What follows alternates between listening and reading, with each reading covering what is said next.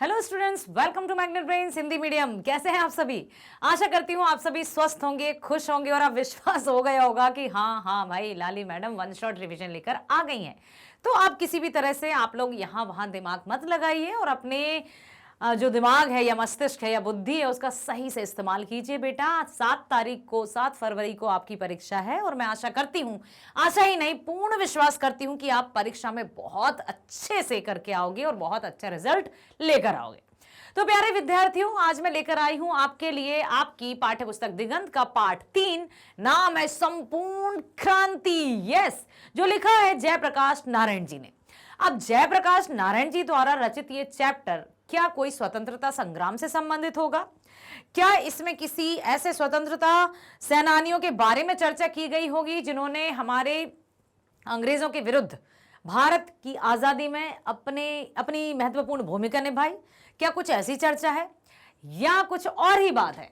प्यारे विद्यार्थियों, इसमें संपूर्ण क्रांति में जयप्रकाश नारायण जी ने स्वयं अपने आप को एक क्रांतिकारी के रूप में बताया है। जी हां, ना केवल वे लेखक, ना केवल वे हिंदी साहित्यकार, बल्कि क्रांतिकारी के रूप में भी अपनी पहचान को उन्होंने इस कहानी या यूं कहें कि इस लेख के माध्यम से हम सबके समक्ष रखा है। चलिए, तो सबसे पहले हम चलते हैं उनके जीवन परिचय की ओर। जयप्रकाश नारायण जी का जन्म 11 अक्टूबर सन 1903 में बिहार के तत्कालिक सारण जिले के सिताब दियारा में हुआ था। इनका घर लाला टोला के घाघरा नदी के किनारे पर स्थित था, जहां पर आए दिन बाढ़ आती रहती थी। इस वजह से इनका घर आए दिन किसी न किसी तरह से बाढ़ से प्रभावित होता था। इस वजह से बचपन में इनका परिवार इस स्थान से हटकर कहीं कुछ और किलोमीटर आगे चला गया। यह तत्कालिक स्थान अब उत्तर प्रदेश में पड़ता है। इनका जन्म एक कायस्थ परिवार में हुआ था। इनके पिता का नाम हर्षु दयाल और माता का नाम फूल रानी देवी था। इनके पिता स्टेट गवर्नमेंट के कैनल विभाग में कार्यरत थे। समझ में आया? तो ये रही इनकी जीवन से संबंधित कुछ बातें। अब हम देखते हैं कि इस पाठ में क्या बताया है। जैसा अभी मैंने बताया बेटा कि लेखक ना केवल लेखक थे, अपितु उन्होंने क्रांतिकारी की भूमिका भी निभाई है। यस, प्रस्तुत पाठ में लोक नायक जयप्रकाश नारायण द्वारा दिए गए ऐतिहासिक भाषण का एक अंग है। ऐतिहासिक भाषण देते हैं, हिस्टोरिकल स्पीच, जो ऐसा भाषण जिसने इतिहास रच दिया। मतलब रचनाकार होने के साथ साथ उन्होंने इतना ओजस्वी भाषण दिया कि पूरी जो भारतीय जनता थी या जन जन में जागृति की चेतना उत्पन्न की। तो जयप्रकाश नारायण, लोकनायक भी लिखा है यहां पर, लोकनायक जयप्रकाश जी नारायण द्वारा ऐतिहासिक भाषण का एक अंग है, जिसे उन्होंने 5 जून 1974 को पटना के गांधी मैदान में दिया था। यह प्रश्न पूछा जा सकता है कि संपूर्ण क्रांति जयप्रकाश नारायण की कौन सी रचना है? तो आप कह सकते हैं कि यह उनके भाषण का ही एक अंग है, जो कि 5 जून 1974 को पटना के गांधी मैदान में दिया गया था। कब? 5 जून याद रखना, पर्यावरण दिवस से 5 जून याद रख लेना। और 1974 आपको याद रखना होगा, पटना के गांधी मैदान में ये जो भाषण दिया गया था उसका ही एक अंग है। संपूर्ण भारत स्वतंत्र पुस्तिका के रूप में जन मुक्ति पटना से प्रकाशित है। भाषण को सुनने के लिए लाखों की संख्या में पूरे प्रदेश से आए, जिसमें युवाओं का बोलबाला था। युवक सभी ने बहुत जोर शोर से उनकी सभा में भाग लिया। नारायण जी कहते हैं कि अगर दिनकर जी और राम वृक्ष बेनीपुरी जी होते तो उनकी कविता भारत के नव निर्माण के लिए क्रांति का कार्य करती। जैसे कि दिनकर जी की जितनी भी रचनाएं हैं, ठीक है, और साथ ही साथ राम वृक्ष बेनीपुरी जी, ठीक है। तो यहां रामधारी सिंह दिनकर की बात की जा रही है, राम वृक्ष बेनीपुरी जी की बात की जा रही है। तो इनकी कविताएं भारत के नव निर्माण के लिए क्रांति का कार्य करती, लेकिन आज वे हमारे बीच नहीं है। जयप्रकाश नारायण जी कहते हैं कि यह जिम्मेवारी मैंने मांग के नहीं ली, मुझे यह जिम्मेदारी युवा पीढ़ी द्वारा सौंपी गई है कि अब आपको अपनी कलम के माध्यम से कुछ ऐसा सकारात्मक परिवर्तन लाना होगा जिससे जन जन में जागृति की भावना भी उत्पन्न हो और सभी लोग अपनी शक्तियों से भी परिचित हों। आगे वे कहते हैं कि मैं नाम का नेता नहीं बनूंगा, मैं सबकी बात सुनूंगा। ऐसा नहीं है कि बस चुनाव से पहले हाथ जोड़ जोड़ कर ये किया वो किया, भाइयों ये करो, बहनों ये करो, तो मैं आप मेरे पुत्र हो, मैं आपका ये हूं, दुनिया भर की बातें नहीं करना है। मैं एक ऐसा नेता बनूंगा जो सबकी बात सुनूंगा भी, उस पर अमल भी करूंगा साथ ही साथ, लेकिन अंतिम जो फैसला होगा, निर्णय होगा, वो मेरा होगा। लेखक ने अपने परिवार की गरीबी के बावजूद, बेटा ऐसा नहीं है कि वे आर्थिक संपन्न थे, उनकी आर्थिक स्थिति बहुत कमजोर थी, उसके बावजूद भी अमेरिका में अपने बलबूते पर पढ़ाई की तथा वापस आकर कांग्रेस में शामिल हुए। जब एकमात्र पार्टी थी भारत में कांग्रेस पार्टी, जिसमें बहुत ही बेहतरीन तरीके से अंग्रेजों के खिलाफ नीतियां छेड़ी जा रही थी। जयप्रकाश बाबू से मिलने बहुत सारे नेता आए और सब ने उन्हें एक तरफ लोकतंत्र की शिक्षा दी तो दूसरी तरफ लोगों के जुलूस को रोका गया। एक तरफ तो नेता कहते गए कि हाँ लोकतंत्र की स्थापना होगी जहां पर सभी जनता के हितों के कार्य किए जाएंगे या जो जनता चाहती है वो कार्य किए जाएंगे। दूसरी तरफ क्या किया, लोगों के जुलूस को रोका भी। अब लेखक यही कहते हैं कि ऐसे लोगों को शर्म नहीं आती जो एक तरफ लोकतंत्र की बातें करते हैं और दूसरी तरफ लोकतंत्र को अपने पैरों से कुचलते हैं। एक तरफ वो भीड़ पर जब काबू नहीं होता तो वो उनकी साइड हो जाते कि हाँ हाँ आप जो कह रहे हैं बिल्कुल वही होगा, लेकिन वो अपनी चालाकी से बाज नहीं आते और उस भीड़ को कुचलने का काम भी कर देते हैं। तो जुलूसों को रोका, एक तरफ वो झूठी वादे करते हैं कि हम लोकतंत्र का निर्माण करेंगे, आप लोगों का शासन होगा, आप जिसे चुनेंगे वही गद्दी पर बैठेगा, आप जो कहेंगे वैसा होगा, बड़ी बड़ी बातें कर दी। दूसरी तरफ भीड़ में ऐसे कुछ पथराव कर दिया या फिर कुछ भी ऐसा कर दिया जिससे कि बेचारी भीड़ दुख और दर्द सहती जाए। तो वही कहते हैं कि एक तरफ ये कैसे लोग हैं, दो मुही बातें करते हैं।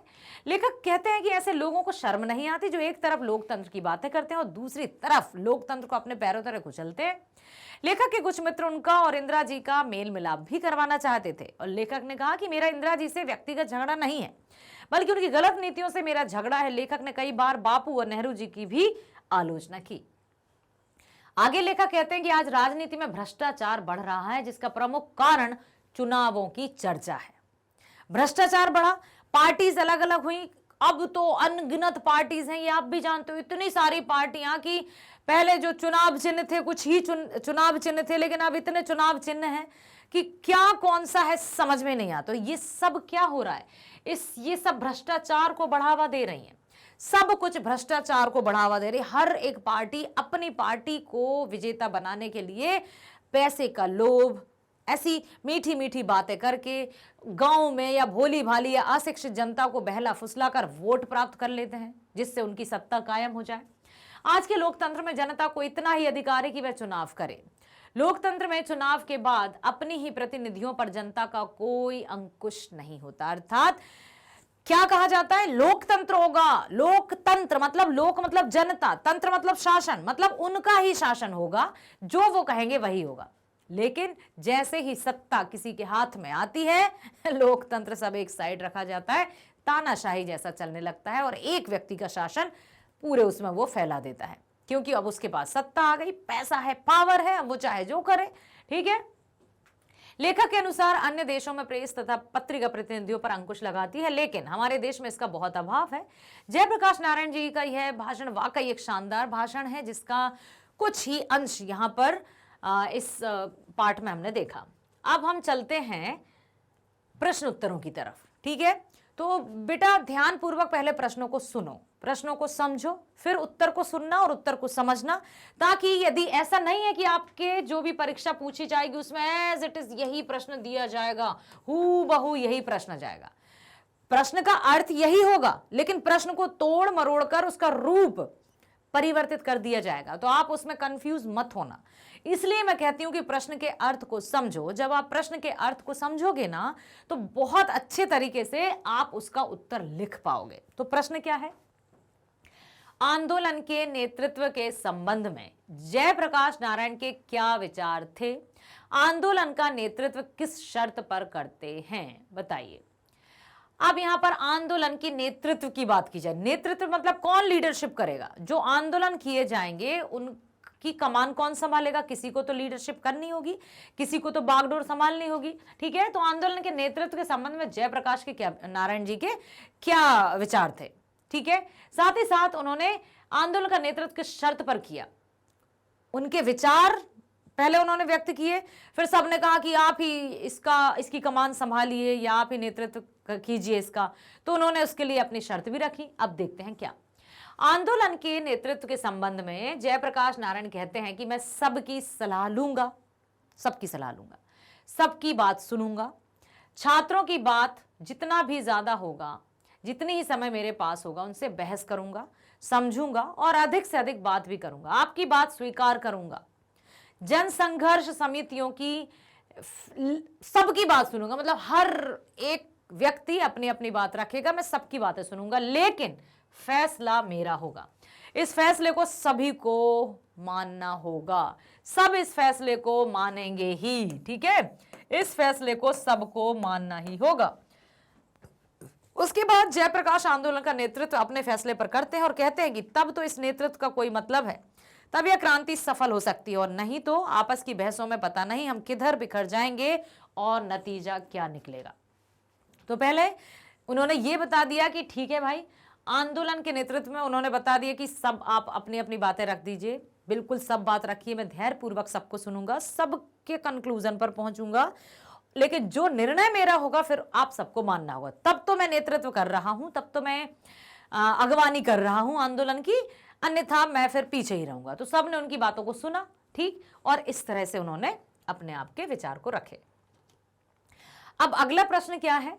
जयप्रकाश नारायण के छात्र जीवन और अमेरिका प्रवास का परिचय दें। इस अवधि की कौन कौन सी बातें आपको प्रभावित करती हैं? जबकि उनकी पारिवारिक स्थिति जो थी, आर्थिक स्थिति थी, बहुत कमजोर थी, फिर भी कहते हैं ना कि जहां चाह वहां राह, जहां हम अपने अंदर जुनून की भावना पैदा करते हैं वहां पर हमें जरूर उसमें कामयाबी मिलती है। तो उन्होंने ऐसा ही किया। जयप्रकाश नारायण की प्रारंभिक शिक्षा घर पर ही हुई, फिर 1921 में जनवरी महीने में पटना कॉलेज में वे आईएससी के छात्र थे। उसी समय वे गांधी जी के असहयोग आंदोलन के आह्वान पर असहयोग आंदोलन किया और असहयोग के करीब 1.5 वर्ष ही अब उसमें जीवन बिता। फिर उसके बाद उन्होंने अपने आप में क्या लिखा कि मैं फूलदेव साहेब वर्मा के पास भेज दिया गया कि प्रयोगशाला में कुछ करो और सीखो, ठीक है। साथ ही साथ मैंने हिंदू विश्वविद्यालय में दाखिला इसलिए नहीं लिया क्योंकि विश्वविद्यालय को सरकारी मदद 19 समय मिलती थी। बिहार विद्यापीठ से परीक्षा पास की। बचपन में स्वामी सत्यदेव के भाषण से प्रभावित होकर अमेरिका चला गया, और इस तरह से उन्होंने अपने आप के विचार व्यक्त किए। ऐसे में कोई से प्रभावित होकर अमेरिका, मतलब किसी न किसी तरह से उनके भाषण से वे प्रभावित हुए, उनके विचारों से प्रभावित हुए और अमेरिका गए। ऐसे में कोई धनी घर का नहीं था, परंतु मैंने सुना कि कोई भी अमेरिका में मजदूरी करके पढ़ सकता है। सोचो उनकी पढ़ने की ललक, ऐसा नहीं कि अब मेरे पास तो कुछ है नहीं तो मैं क्या करूं। आजकल मैं मानसिकता बता दूं हम सब की, विद्यार्थियों की, कि अब मेरे पास ये सुविधा नहीं है, मेरे पास वो सुविधा नहीं है, मेरे पास ये नहीं है, वह नहीं है, कैसे पढ़ाई करूं। बेटा, जब पढ़ाई का जुनून और यहां से हमारी इच्छा होती है ना, तो कोई साधन हो ना हो हम पढ़ाई करके ही रहते हैं और उसमें सफलता भी प्राप्त करते हैं। God help those who help themselves. ईश्वर या परमात्मा भी उसी की सहायता करते हैं जो खुद की सहायता करते हैं, ठीक है। तो उन्होंने ये निश्चय किया कि कुछ भी हो, उन्होंने ये सुना कि अमेरिका में मजदूरी करके पढ़ा जा सकता है, तो मेरी इच्छा तो आगे पढ़ना है। अमेरिका के बागानों में मैंने काम किया, कारखानों में काम किया, लोहे के कारखानों में जहां जानवर मारे जाते हैं उन कारखानों में भी काम किया। जब वे यूनिवर्सिटी में पढ़ते ही तब वे छुट्टियों में काम करना इतना कमा लेते थे कि 2-4 विद्यार्थी सस्ते में खा पी भी लेते थे। एक कोठरी में कई आदमी मिलकर रहते थे। रविवार की छुट्टी नहीं बल्कि 1 घंटा रेस्तरां में, होटल में बर्तन धोए, वेटर का काम किया। बराबर 2-3 वर्षों तक 2-3 लड़के एक ही रजाई में सोकर पढ़े थे। मतलब उनके पास इतने साधन नहीं थे कि अलग अलग बिस्तर हो, अलग अलग ये सब हो। तो कहने का तात्पर्य कि वो 2-4 लड़के साथ में रहते तो एक बिस्तर पर सोए, लेकिन पढ़ना, चूंकि आगे बढ़ना ही उनका लक्ष्य था, उनका उद्देश्य था, तो उन्होंने ये किया। जब बीए पास करके गए तो स्कॉलरशिप मिल गई। 3 महीने के बाद असिस्टेंट हो गए, डिपार्टमेंट में ट्यूटोरियल क्लास लेने लगे। अब जबकि वो पढ़ाई कर चुके थे, उनके पास एक डिग्री आ गई, तो उनको अच्छी सी जॉब भी मिल गई वहीं पर। अमेरिका प्रवास में जयप्रकाश नारायण के कैलिफोर्निया, बर्कले, विल्किंसन, मेडिसन आदि कई विश्वविद्यालयों में अध्ययन किया। इस तरह अमेरिका में इनका प्रवास रहा। तो जब खुद चाहो तो रास्ते अपने आप ही बन जाते हैं। बस ये तय कर लो एक बार कि तुम्हें आगे बढ़ना है। यदि हमेशा अवसर की प्रतीक्षा में रहोगे कि सही अवसर आएगा, जब मैं आगे बढ़ूंगा, तो अवसर कभी भी नहीं आता है, अवसर हमें निकालना होता है। ठीक है, तो ऐसे ही आपको बहुत अच्छे से मेहनत करके आगे बढ़ना है। अगला प्रश्न है, जयप्रकाश नारायण कम्युनिस्ट पार्टी में क्यों नहीं शामिल हुए? तो जयप्रकाश ने लेनिन से सीखा था कि जो गुलाम देश है वहां के जो कम्युनिस्ट हैं उनको हरगिज वहां की आजादी की लड़ाई से अपने को अलग नहीं रखना चाहिए, क्योंकि लड़ाई का नेतृत्व बुर्जुआ वर्ग के हाथ में होता है, पूंजीपतियों के हाथ में होता है। कम्युनिस्टों को अलग नहीं रहना चाहिए, अपने को आइसोलेट नहीं रहना चाहिए। जयप्रकाश देश की आजादी की खातिर कांग्रेस में शामिल हुए, क्योंकि कांग्रेस देश का नेतृत्व कर रही थी। ठीक है, समझ में आया? इसलिए वो कम्युनिस्ट पार्टी में शामिल ना होकर कांग्रेस पार्टी में शामिल हुए। अब हमें लिखना है कि पाठ के आधार पर प्रसंग स्पष्ट करें कि अगर कोई डेमोक्रेसी का दुश्मन है तो वे लोग दुश्मन हैं जो जनता के शांतिमय कार्यक्रमों में बाधा डालते हैं, उनकी गिरफ्तारियां करवाते हैं, उन पर लाठी चलाते हैं या गोलियां चलाते हैं। दूसरा क्या है? व्यक्ति से नहीं, हमें तो नीतियों से झगड़ा है, सिद्धांतों से झगड़ा है, कार्यों से झगड़ा है। अब देखते हैं, तो प्रस्तुत पंक्तियां महान समाजवादी नेता जयप्रकाश नारायण की संपूर्ण क्रांति शीर्षक भाषण से ली गई हैं। इन पंक्तियों में जयप्रकाश नारायण ने लोकतंत्र के दुश्मनों का वर्णन किया है कि जो कहते तो हैं कि हम भी जनता हैं, हम भी देश के प्रति अपना सब कुछ समर्पित करने को तैयार हैं, हम लोकतंत्र की स्थापना करना चाहते हैं, परंतु कहीं ना कहीं वो लोकतंत्र को कुचलने का भी षड्यंत्र रचते हैं। तो जयप्रकाश तत्कालीन सरकार की नीतियों की आलोचना करते हुए बातें कहते हैं। समझ में आया? जो सरकार थी मतलब ब्रिटिश। प्रसंग यह है कि एक पुलिस के उच्च अधिकारी ने कहा कि नाम लेना यहां ठीक नहीं होगा, कि मैंने दीक्षित जी के मुंह से सुना है कि जयप्रकाश नारायण नहीं होते तो बिहार जल गया होता। तब जयप्रकाश नारायण यह सोचते हैं कि यह सारा जयप्रकाश के लिए क्यों होता है, उनके नेतृत्व में यह प्रदर्शन, यह सभा होने वाली है, क्यों लोगों को रोकते हैं आप? जनता से घबराते हैं आप? जनता के आप प्रतिनिधि हैं, किसकी तरफ से शासन करने बैठे हैं आप? आपकी हिम्मत की पटना आने से लोगों को रोक लेंगे आप? यह लोकतंत्र है और लोकतंत्र में किसी भी व्यक्ति को शांतिपूर्ण सभा करने का अधिकार है। यदि सरकार यह सब करने से रोकती है तो वह सरकार के निकम्मेपन और नीचता का प्रतीक है। मतलब हमें करना है, ये लोकतंत्र है, अपने अपनी राय रख सकते हैं, व्यक्ति अपने विचारों को स्वतंत्र रूप से प्रकट कर सकते हैं। यदि सरकार इनको रोकती है मतलब वो कुछ नहीं करना चाहती है, इसलिए उनको कुचलने का षड्यंत्र रचती रहती है। अब जैसे ये खा है, इसको एक बार और हम पढ़ लेते हैं कि व्यक्ति से नहीं, हमें तो नीतियों से झगड़ा है, सिद्धांतों से झगड़ा है, कार्यों से झगड़ा है। देखो, प्रस्तुत वाक्य जयप्रकाश नारायण के भाषण संपूर्ण क्रांति से लिया गया है। आंदोलन के समय जयप्रकाश नारायण के कुछ ऐसे मित्र थे जो चाहते थे कि जेपी और इंदिरा जी मेल मिलाप हो जाए। जेपी मतलब जयप्रकाश जी, ठीक है, इंदिरा जी और जयप्रकाश जी में मेल मिलाप हो जाए। इसी प्रसंग में जेपी ने कहा कि उनका किसी व्यक्ति से झगड़ा नहीं है भाई, उनका किसी से कोई व्यक्तिगत झगड़ा नहीं है, चाहे वह इंदिरा जी हो या और कोई हो।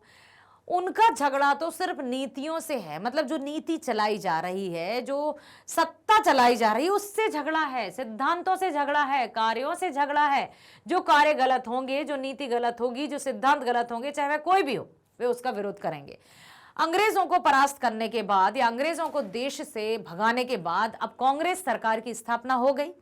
इंदिरा जी, नेहरू जी प्रथम प्रधानमंत्री बने, फिर उनकी बेटी प्रधानमंत्री बनी, फिर उनके बेटे प्रधानमंत्री बने राजीव गांधी। इस तरह से उन्होंने ये कहा कि मेरा झगड़ा किसी से व्यक्तिगत रूप में नहीं है, मेरा झगड़ा किससे है? नीतियों से। जो गलत नीतियां हैं, जो गलत सिद्धांत हैं, जो गलत कार्य हैं, उनसे झगड़ा है भाई मेरा।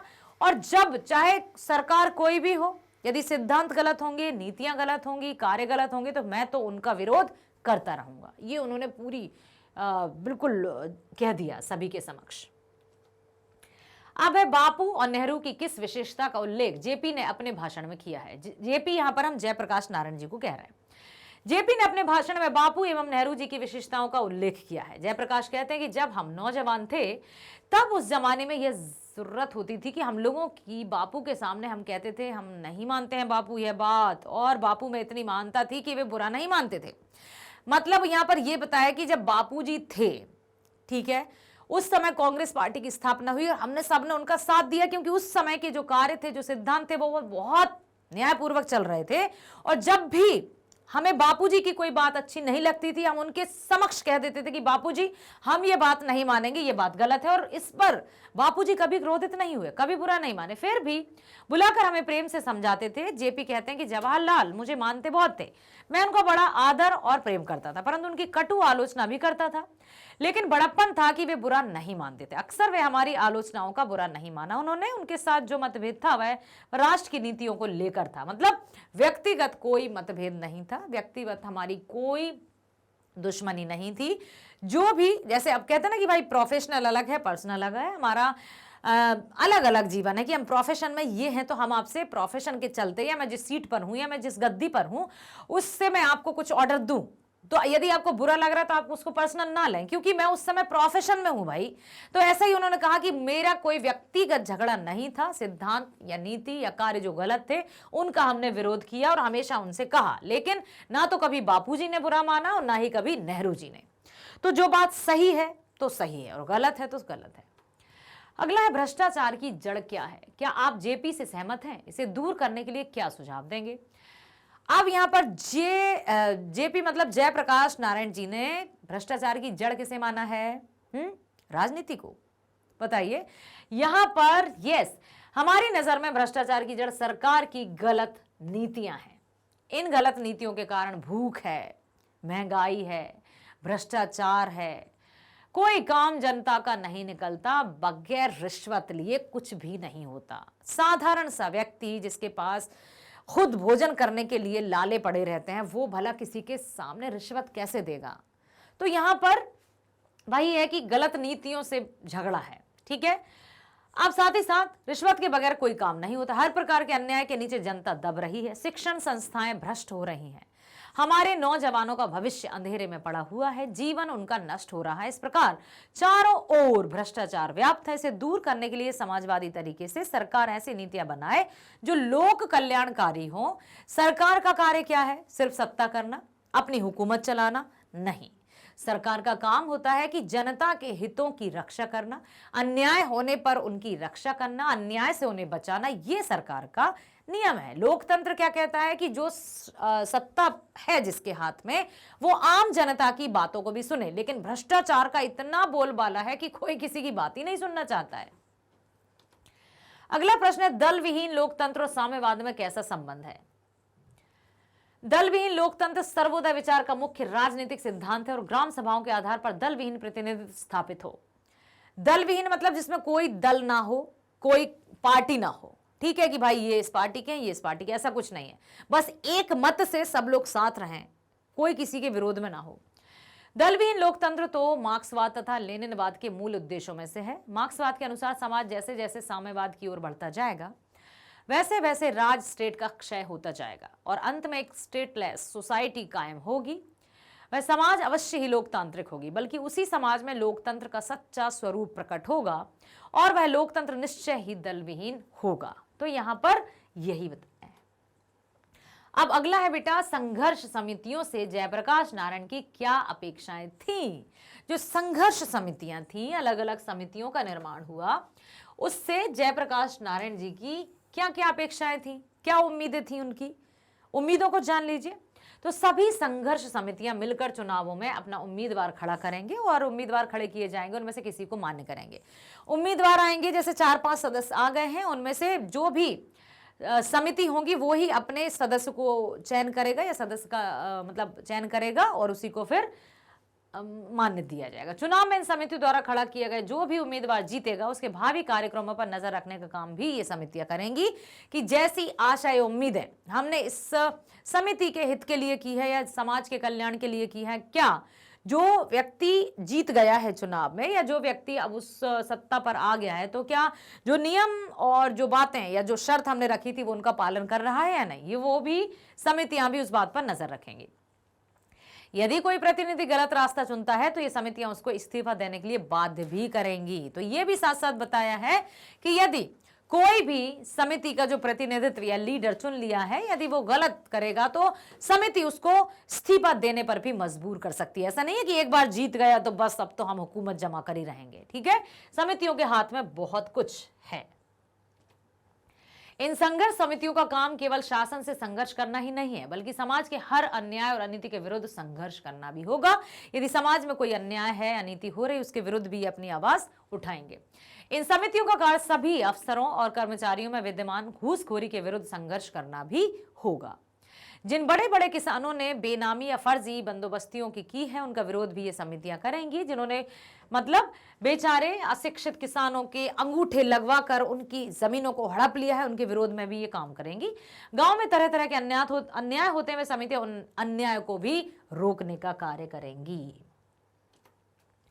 अब हम चलते हैं अगले प्रश्न पर। जयप्रकाश नारायण के इस भाषण से आप अपना सबसे प्रिय अंश चुने और बताएं कि वह सबसे अधिक प्रभावी क्यों लगा। ये जो भाषण हमने सुना या फिर हमने जो भी अभी तक कहानी सुनी, कथा सुनी कि कहाँ क्या हुआ, किसको मानते थे वो, ठीक है, तो सबसे अच्छा क्या लगा आपको? और साथ ही साथ क्या लगा और क्यों अच्छा लगा? इस भाषण में हमारा सबसे प्रिय अंश निम्नलिखित है। मित्रों, अमेरिका के बागानों में मैंने काम किया, कारखानों में काम किया, लोहे के कारखानों में जहां जानवर मारे जाते हैं उन कारखाने में काम किया। जब यूनिवर्सिटी में पढ़ता था, छुट्टियों में काम करके इतना कमा लेता था कि कुछ खाना हम 3-4 विद्यार्थी मिलकर पकाते और सस्ते में हम लोग खा पी लेते थे। एक कोठरी में कई आदमी मिलकर रहते थे, रुपया बचा लेते थे, कुछ कपड़े खरीदने, कुछ फीस के लिए, और बाकी हर दिन रविवार को कोई छुट्टी नहीं लेते थे। रविवार के दिन भी 1 घंटे रेस्टोरेंट में जाकर बर्तन या काम करते थे, वेटर का काम कर लेते थे। तो ऐसा नहीं कि संडे है तो भाई हम आराम करेंगे, उस दिन भी जहां हर एक व्यक्ति ये सोचता है कि आज संडे है, उसमें भी उन्होंने कोई आराम नहीं किया। तो शाम को रात का खाना मिल गया, दिन का खाना मिल गया, किराया वहां से मकान का हमको आया। तो ये सब अंश हमें बहुत ही अच्छा लगा। अगला प्रश्न है, चुनाव सुधार के बारे में जयप्रकाश जी के प्रमुख सुझाव क्या हैं? उन सुझावों से आप क्या मतलब कितने सहमत हैं? चुनाव सुधार के बारे में जयप्रकाश जी के प्रमुख सुझाव हैं कि चुनाव को पद्धति में अमूल्य परिवर्तन होना चाहिए, चुनावों पर होने वाला खर्च कम करना चाहिए, व्यर्थ का खर्च नहीं कि ये, लेकिन खर्च कहते हैं ना जो दिखता है वो बिकता है, बाप रे, इस तरह के चुनाव प्रचार किए जाते कि चारों तरफ लाउड स्पीकर्स, विद्यार्थी अपनी पढ़ाई नहीं कर सकते, कोई जो बिल्कुल शांतिपूर्वक जिन कंपनीज में काम होता है उनको डिस्टर्ब होता है, लेकिन चुनाव प्रचार तो होंगे। तो गरीब उम्मीदवारों के चुनाव में भाग लेने का प्रयास करना चाहिए। मतदान प्रक्रिया स्वच्छ और स्वतंत्र हो, किसी तरह से उसमें भ्रष्टाचार ना हो। उम्मीदवारों के चयन में मतदाताओं का हाथ वास्तव में हो। चुनाव के बाद मतदाताओं का अपने प्रतिनिधियों पर अंकुश भी हो कि जिसने जिस प्रतिनिधि को चुना है वो उस प्रतिनिधि को हटा भी सके। जन संघर्ष समितियां आम राय से जनता के लिए सही उम्मीदवार का चयन करें। अगला प्रश्न है, दिनकर जी का निधन कहां और किन परिस्थितियों में हुआ था? और दिनकर जी जो कि जयप्रकाश जी ने भी कहा है कि किस प्रकार से दिनकर जी यदि होते तो संभवतः रचना कुछ और ही होती और हो सकता है देश की झांकी भी कुछ अलग होती। तो निधन के दिन दिनकर जी जयप्रकाश नारायण से मिले थे और उसी रात्रि में वे जयप्रकाश जी के मित्र रामनाथ जी गोयनका, इंडियन एक्सप्रेस के मालिक के घर पर मेहमान भी थे। रात को दिल का दौरा पड़ा, 3 मिनट में उनको अस्पताल पहुंचाया गया। सारी व्यवस्था थी वहां पर, सभी डॉक्टर सब तरह से तैयार थे, लेकिन दिनकर जी फिर से जिंदा नहीं हो पाए। उसी रात उनका निधन हो गया। तो बेटा ये भी कहते हैं ना कि जितना जिसका जीवन काल लिखा है उतना होगा, लेकिन हमें इसका तात्पर्य नहीं कि भाई अब तो हम हाथ पर हाथ रख कर बैठ जाएं, जो किस्मत में होगा वो होगा। नहीं, कहते हैं ना बेटा कि किस्मत तो उनकी भी, हाँ, हाथों की लकीरों पर भरोसा ना करना यारो, क्योंकि किस्मत तो उनकी भी होती है जिनके हाथ ही नहीं होते हैं ना, कि उन्होंने ये नाम कमा लिया तो पेंटिंग में नाम कमाया, तो तैराकी में नाम कमाया। तो बेटा किस्मत अपना कर्म है, जो कर्म ही सब कुछ है। बस कर्म पर भरोसा रखो, अपने आप पर भरोसा रखो, विजय तुम्हारी होगी और सफलता तुम्हें अवश्य मिलेगी। यही हम सबकी शुभकामनाएं आपके साथ हैं। चाहे आप 12वीं कक्षा की परीक्षा दें या जीवन में आने वाले किसी भी लक्ष्य की या अपने जीवन की परीक्षा दें, हमेशा हमारी शुभकामनाएं आपके साथ रहेंगी। किसी भी तरह से भ्रमित या डरने की जरूरत नहीं है। मैग्नेट ब्रेन्स है आपके लिए, हमेशा के लिए। तो बने रहना हमारे साथ, मिलते हैं नेक्स्ट वीडियो में। स्वस्थ रहना, खुश रहना, आगे बढ़ना। Bye bye, thank you so much.